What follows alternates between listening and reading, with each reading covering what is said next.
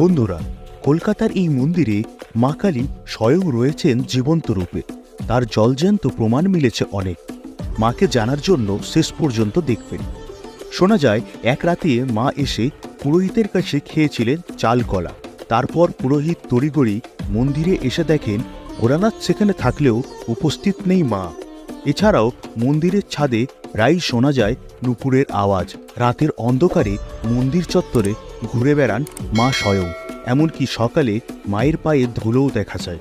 মা এখানে 5 বছরের ছোট্ট মেয়ে রূপে পূজিত হন। তাই এই মন্দিরে পালন করা হয় না অম্বাবচী। বলা হয়, যে ভক্তি ভরে মাকে ডাকে মা তাকে ফেরান না। ভক্তের ডাকে মা যান ভক্তের বাড়িও। যার একটি দর্শনে মুক্তি মেলে কালসর্প মাঙ্গলিকের মতো সমস্ত জটিল গ্রহদশার। ইনি হলেন সকলের প্রিয় মা শ্যাম সুন্দরী। আপনারাও দর্শন করে